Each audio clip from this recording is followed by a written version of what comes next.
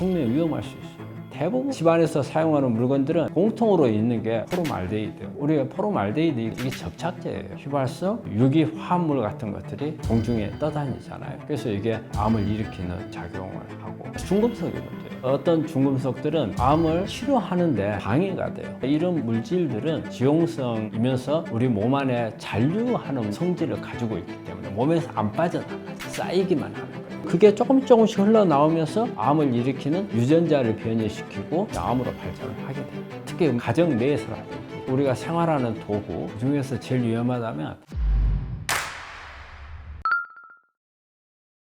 안녕하십니까. 나으람원 원장 문창식입니다.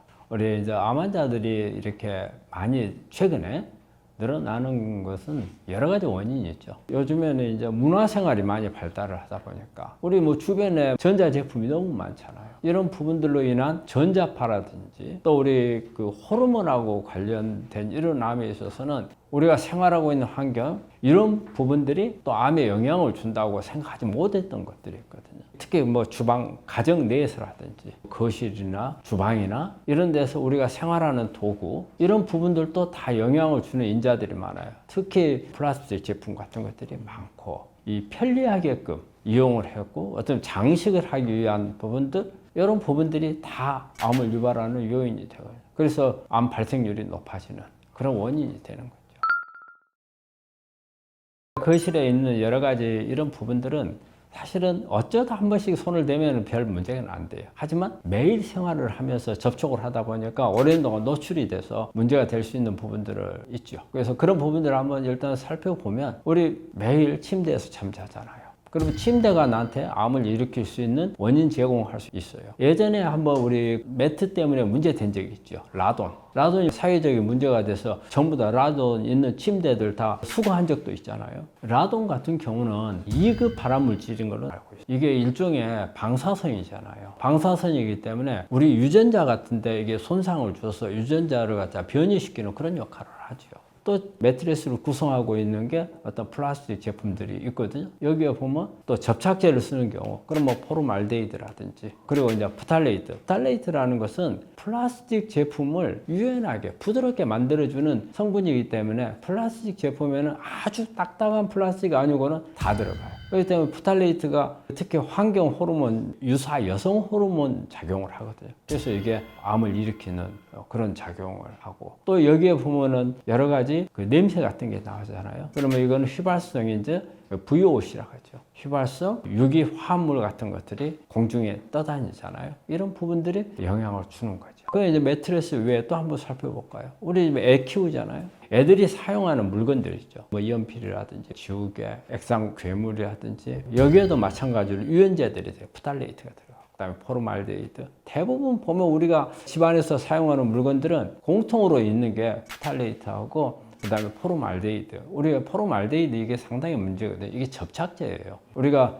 새집 증후군 하게 되면은 딱 들어가면은 아 이게 새집이네 하고 냄새 나는 거 있잖아요. 그 포름알데히드. 특히 이제 조심해야 되는 게 애들은 빨잖아요. 막 빨아요. 장난감 같은 거. 근데 이게 이제 되게 빠는 제품들이 다 플라스틱이에요. 그죠? 특히 장난감 속에는 뭐가 문제냐면요. 중금속이 문제예요. 페인트 같은 거 있잖아요. 그러면 납이라든지 크롬이라든지 카드뮴 이런 부분들이 이게 함유되어 있거든요. 특히 이 중에서도 납을 많이 강조를 하잖아요. 납 같은 경우는 애들 장애 문제를 많이 일으키거든요. 이제 그런 부분들이 문제가 되죠. 이런 부분들을 오랫동안 생활하다 보면 이게 이제 발암물질로 작용을 할 수가 있을 거고. 사실 이제 이런 물질들은 지용성이면서 우리 몸 안에 잔류하는 성질을 가지고 있기 때문에 몸에서 안 빠져나가요. 쌓이기만 하는 거예요. 처음에는 뭐 양이 조그만하겠죠. 근데 오랜 세월 동안 보면은 계속 누적이 되고 납이라든지 뭐 카드뮴이라든지 이런 부분들은 이제 우리 몸에 침착을 하죠. 축적이 되는 거예요. 모발이라든지 검사를 해보면 축적되어 있는 것을 우리가 확인할 수 있거든요. 그러니까 이런 부분들은 되게 중금속이나 환경 호르몬들은 우리 몸 어딘가에 축적이 되어 있어요. 제일 많이 축적되어 있는 곳이 지방이죠. 지방. 우리 몸에 있는 지방에 이렇게 쌓여요. 그리고 그게 조금씩 흘러나오면서 암을 일으키는 유전자를 변이시키고 그런 유전자를 변이시키는 작용 때문에 나중에는 암으로 발전을 하게 되는 거죠. 그러니까 이제 이런 부분들이 암을 일으키는데도 영향을 주잖아요. 근데 또 이제 어떤 중금속들은 암을 치료하는데 치료 방해가 돼요. 왜냐, 면역을 떨쳐버리는 그런 중금속들이 있거든요. 특히 수은 같은 경우에는 수은은 체온계 재는 거 있잖아요. 거기에 있는 그게 수은이거든요. 그런데 우리 몸에 수은이 의외로 들어오는 통로가 많아요. 우리가 이빨 아말감한 사람들, 이빨 치아에 옛날에 어렸을 때 충치 긁어내고 딱 까맣게 넣어놨던 거, 요즘에는 안 써요. 요즘에는 내진이라는 걸 쓰기 때문에 쓰질 않는데 몇십 년 전에는 그걸로 다 떼었어요. 근데 그때는 그게 이제 유해한지를 몰랐는데 그게 수은이거든요. 그래서 이제 그런 데서 들어오기도 하고, 또 전에는 우리가 예방주사 방부제가 그 치매로살이라 해가지고 수은이 좀 있었고, 그리고 우리 이제 먹는 음식통에서 들어오는 경우가 의외로 많아요. 특히 이제 음식통에서 오는 것은 수명이 있긴 생선들, 뭐 연어, 참치, 그다음에 문어, 뭐 우리 제주 은갈치. 그래서 바닷속에서 오래 산 생선들이 수은이 중독이 좀 있어요. 그래서 이제 그런 생선을 먹게 되면 그 수은이 내 몸으로 들어오는 거죠. 그래서 되게 수은 모발로 검사해 보면 얼마나 축적이 되는지 알 수가 있어요. 그래서 높게 나온 사람들은 우리가 뽑으라고 그래요. 우리가 발견하기 어렵지 제거하는 것은 제거할 수가 있어요. 그리고 또 우리가 집안에 이제 장식을 하기 위해서 조화 같은 것을 많이 두잖아요. 조화 같은 경우도 사실 플라스틱 제품이잖아요. 이런 플라스틱 제품이 많다 보면은 실제 우리가 미세 플라스틱 걱정을 많이 하잖아요. 그런데 우리가 미세 플라스틱 생각을 하면은 음료수 속에, 페트병 속에 있는 이런 것만 주로 생각을 하는데 거실 안에 있는 물품들에서 공중에 날리는 이런 부분들을 많이 조심해야죠. 그래서 환기 같은 거 잘해야 되고. 그리고 이제 또 우리가 주변에서 볼 수 있는 이런 부분들은 아로마나 방향족들 있잖아요. 우리가 모기향 이거 많이 쓰잖아요. 피우는 거, 불러 피우는 거. 그럼 막 연기 나잖아요. 연기 나는 거. 이런 부분들이 안 좋은 거죠. 그래서 이렇게 방향제로 쓰는 것들 중에서 문제되는 부분들이 있어요. 여기에는 이제 VOC라는 게 제일 많죠. 휘발성 유기 화합물이라는 거.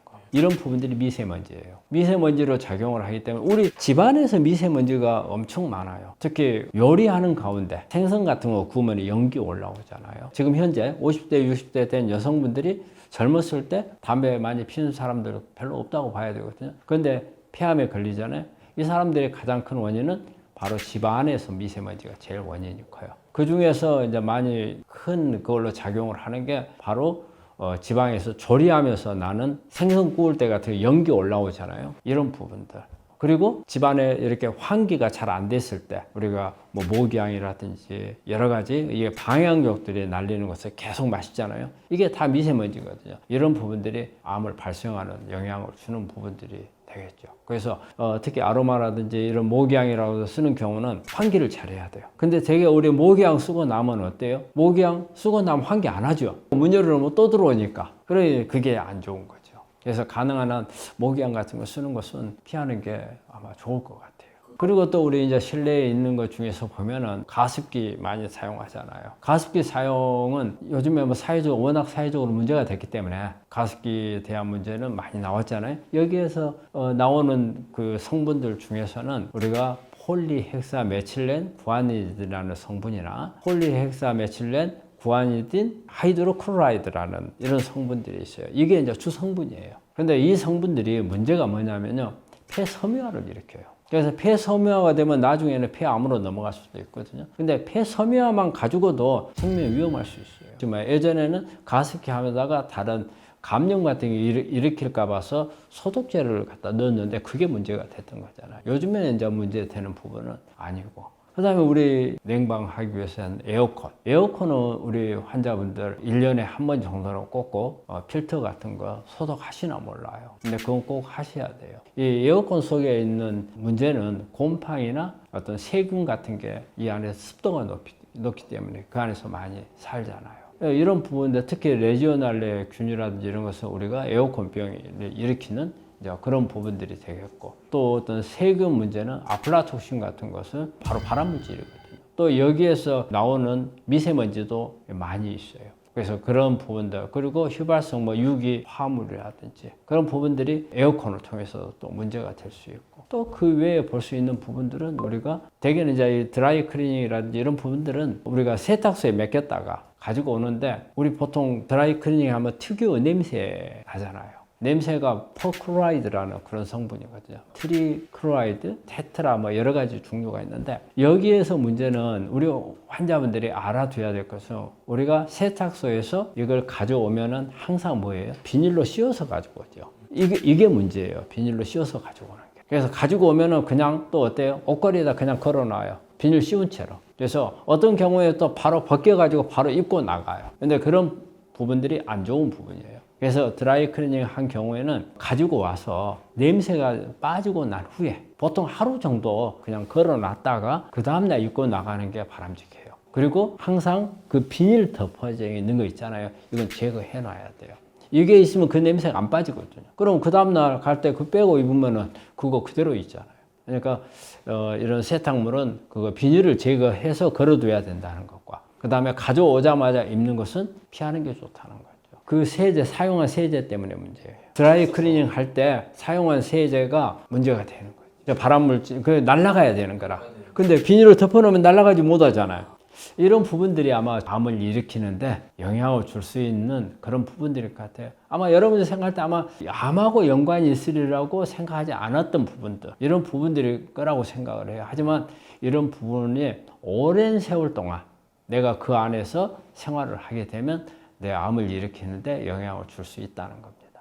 그 중에서 제일 위험하다면 저는 매트리스가. 왜냐면 매트리스는 하루 종일 저녁에 그 누워서 자잖아요. 그러니까 예전에 이제 그 중에서 이제 라돈 문제가 많이 나왔죠. 근데 라돈 문제가 요즘에는 이제 라돈을 체크를 하잖아요. 그래서 이제 그런 부분들이 많이 이제 해소가 됐는데 지금 그 이후에 그 전부터 침대를 썼던 사람들이 그 침대 그대로 쓰는 사람들이 많이 있잖아요. 바꾸질 않고 그대로 쓰는 사람들. 그럼 이 안 좋은 영향을 계속 받고 있는 거예요. 또 우리가 침대는 갔다가 뭐 1, 2년 쓰고 바꾼 것도 아니잖아요. 오랫동안 몇 년간을 쓰잖아요. 어떤 경우는 뭐 침대가 다 꺼질 때까지, 그 매트가 뭐 닳아질 때까지 쓰잖아요. 그렇기 때문에 그런 문제가 있고, 그 다음에 꼭 접촉을 해가지고 계속 거의 한 10시간씩 누워 있는 거잖아요. 그렇기 때문에 그게 좀 가장 영향을 많이 주지 않겠나.